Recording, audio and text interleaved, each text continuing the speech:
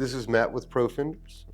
Circa about fall of 2012, decided to come in here and start building cars. One day I was actually out riding my BMX bike as a kid, and a gentleman was putting together a mini truck and asked me if I'd like to help. It started like that and spiraled way out of control.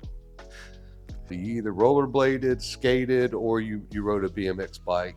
But it seems like for the group that I grew up with, it was the BMX bike, and we just transitioned from there into cars naturally. As a business, I've only been here right around 11 and a half, going on 12 years. I always knew I loved doing this. I didn't know God would bless me like this and I'd be able to actually be in my own shop doing it one day. It started as an idea after one of my jobs had kind of ended there.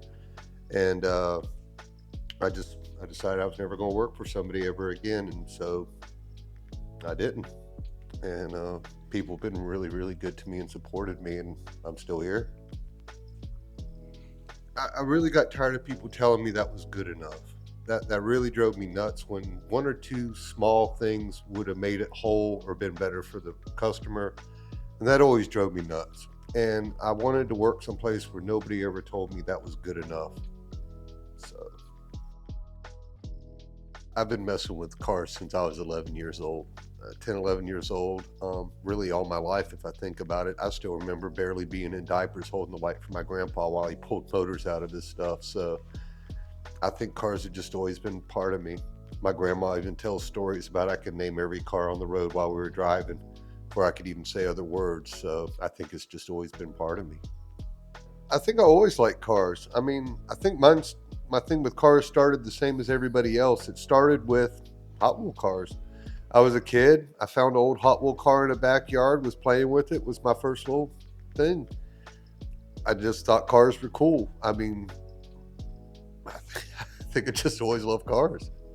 I don't know any other way to say it. Even as a child, everything was always something about a car, learning about it. My grandpa actually worked for Chrysler, so things were very, very car. Weekends were car. Anything he was doing engineering-wise was car. Very blessed in that. Then when I was younger, being obsessed with cars, I once heard something that sounded like a race car. Well, being young and you ride across everybody's yard, jump fences and stuff, you don't always think about things or the consequences when you're young and stupid. And in my case, very excited because you knew that was a badass car. You just knew that was a bad car back there. So me and my buddy decided to jump the fence to see that car, and the gentleman decided that he didn't quite appreciate us crawling over his almost 10-foot tall fence and landing in his backyard. And for some reason, I had a little snotty attitude. He took a little bit of a liking to me, and I was very, very blessed. One day, he told me come back the next, and he'd teach me something. That's kind of where fender rolling started for me. Started teaching me how to bump metal very early on there, and then later on, basically taught me more advanced techniques and how to shape metal. He wound up passing away. A few years later, fender rolling machines kind of came out, and I basically just adapted the process to the fender rolling machine. And then later on, the fender rolling machine couldn't do the things I wanted to do, so I eventually developed my own machine that would allow me to do bigger pulls or things of that nature. The actual flares you see in some of the newer cars or newer style cars today, like the Audi's V-dubs and things like that. I want the car to be what you want it to be. And I can do many different styles, and that enables me to be able to do what you want with your car. Ultimately, I like to say that I'm your hands on your car that just knows a little bit more about it. And my goal is to create your vision so you can go enjoy it and ride that car. So you can go places and be proud of that car. So when you come out early in the morning, get ready to go to work, and you're sitting there just, oh God, it's a rough morning. You see that car smile and know it's going to be a good drive to work. It's that thing that brings you joy. It's that thing that brings you a little piece of happiness. It's that thing you can't wait to pull up to the Friday night car meet or the Saturday morning cars and coffee. I want to try and give that to you. And hopefully I do that, and that's what makes me special, or I hope it does. Well, of course, everybody knows that I specialize in fender rolling. In the name, a lot of people don't know I actually do full custom car build. I can also build bespoke one-off parts. I do tire balancing and mounting.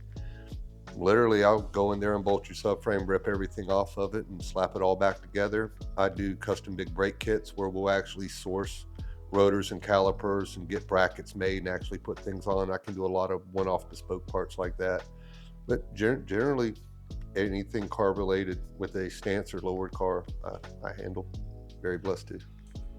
I've been blessed to have a lot of challenges. It's kind of what shaped me. Probably building static cars. They're definitely a lot more challenging than certain other cars due to the complexities of them.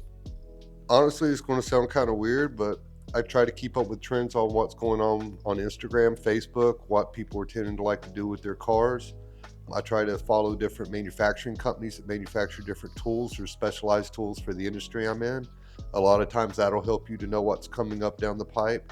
Also, I've been very, very blessed that I've been doing this since I was really about 11 years old. And so now we're at almost 3 decades of this. I've just watched the trends and how things are, and I can just kind of see things coming.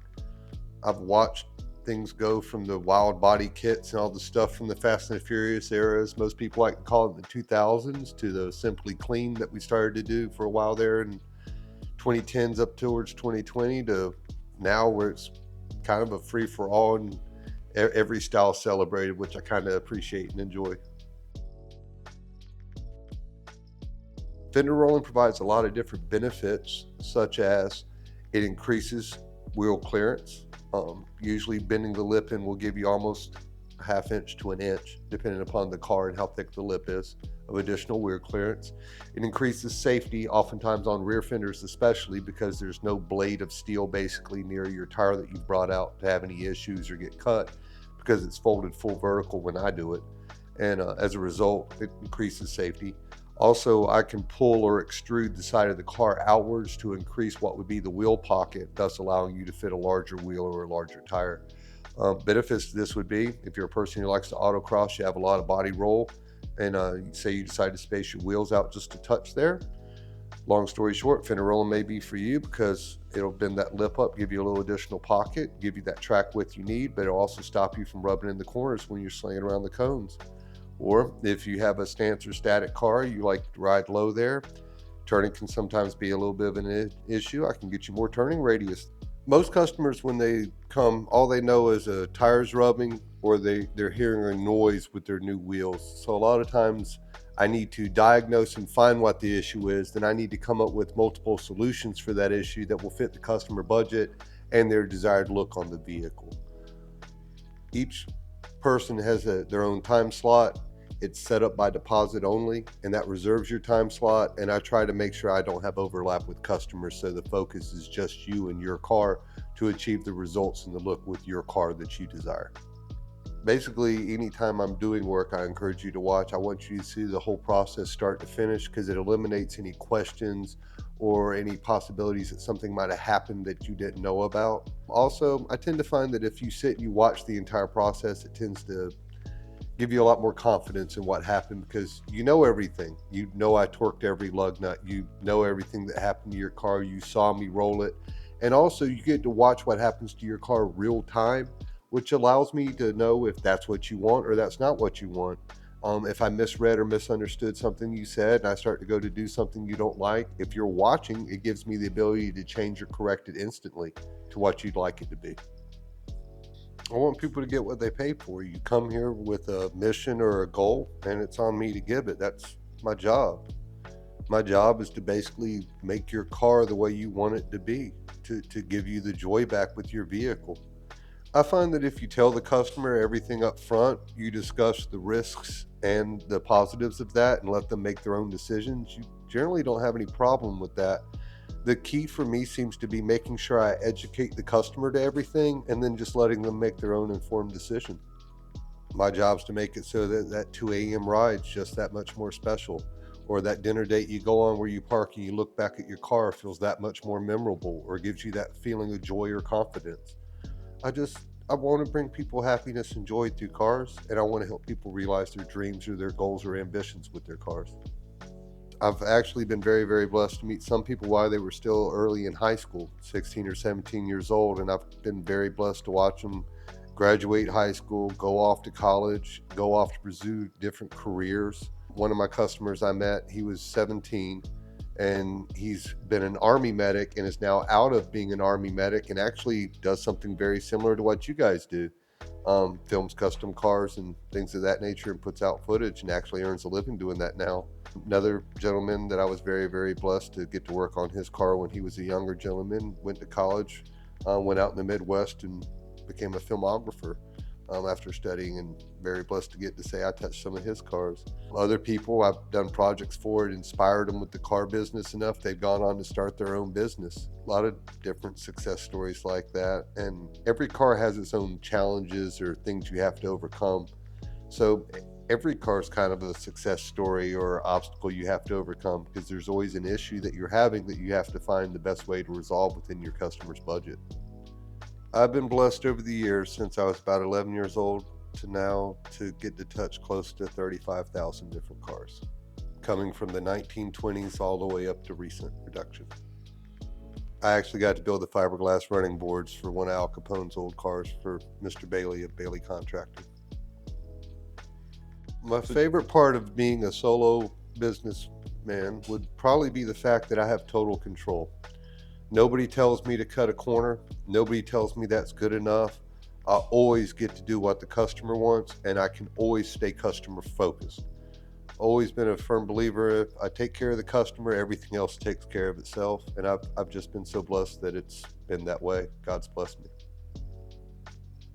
The tools and techniques that tend to set me apart from other shops would be the fact that, one, I custom build my own roller, so I don't tend to have the limitations of a store-bought or a mail-order roller. My roller is also made out of a much thicker steel, so I don't have the issues of it bending or breaking like a lot of typical store-bought rollers will do. And the other thing is, you're hiring somebody that's been doing this so long. I actually learned how to do this with a rubber mallet originally. So I've actually literally watched it go from being where you used to hand dolly or mallet and dolly it to where they were actually rolling machines that first came out. I guess it would be about 1998, 1999. I've got to watch the whole thing progress. And I was also blessed to be alive and get to customize cars. And what we didn't know at the time was the absolute greatest time, which would have been the pinnacle of Japanese cars in the 90s. Through the years, some of the techniques may have changed. Certain ways they manufacture cars changed, so that changed how you roll fenders or how cars look when you roll fenders. It's been very, honestly, it's been kind of surreal to watch things change over so many decades. If you asked me if I'd have been doing it this long, I never thought this would have been my job. And honestly, I'm so happy. It was one of the greatest accidents ever, because I don't think I've ever been happier. If you're trying to do custom car work or you're thinking about getting into it, the biggest thing is listen to people that have been doing it longer, but more importantly, make sure you're doing it for the right reasons. Do it because you love the process.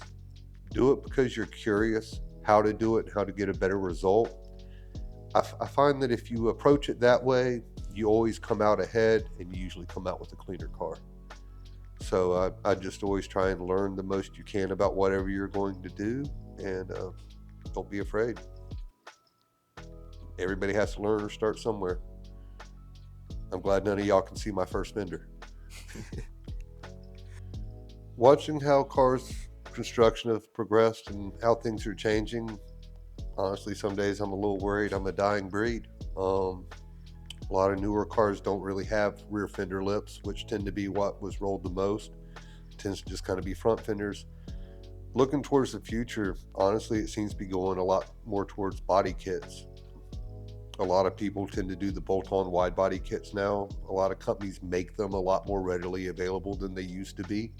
And so a lot of people are going to flares or bolt-on body kits versus the other way. Some cars, you just honestly can't modify them in the stock metal.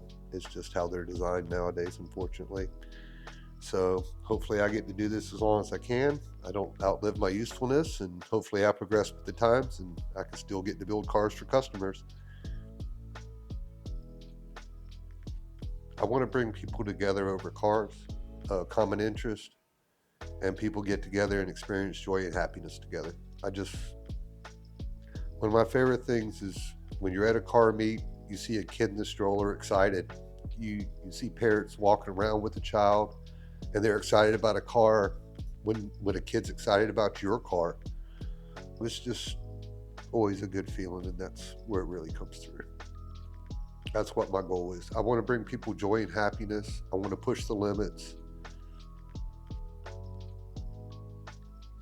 I just want to bring people together.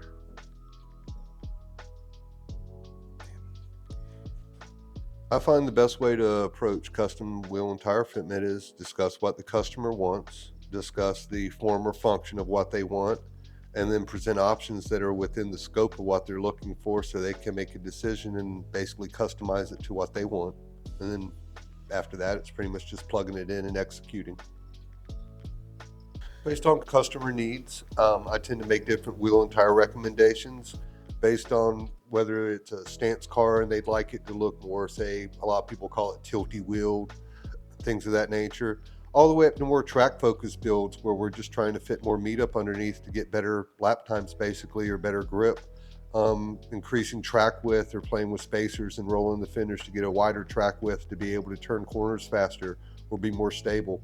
There are a lot of different uses and utilitarian purposes with this, and I can basically recommend many different options that you'll find one that fits what you want. If I had to give people that like to modify their vehicles one piece of advice, it's do it because you love it. Build your car the way you want to because it's your car and you're the one who pays for it. Everybody has an opinion, but it's nobody else's car but yours. So build the car the way you want, so it's a reflection of you, your personality, and the car brings you joy. I find that some people will buy cars because they think it's a cool car or it seemed neat because a lot of people got attention for it. And a lot of times that person won't have that car very long. It'll be a very, what I call a short life car, where they'll have it for a few months, they get the attention they wanted, but there's no love or passion for that car. And so that relationship with that car ends very early or almost prematurely. Whatever you do, make sure it's something you're passionate about. Make sure it's something that keeps you up at night, that stirs your soul, that gets your blood boiling, that just you really want to have in your life. Because cars are kind of like people. I know some people that have had cars longer than they've been married, longer than their kids were around, longer than they lived in the same place. I know some people, I'm not going to say names, but probably love their car more than their wife based on some of their actions. So make sure it's something you're passionate about. Make sure it's a car that you want, and you'll always be happy. You just can't go wrong with that.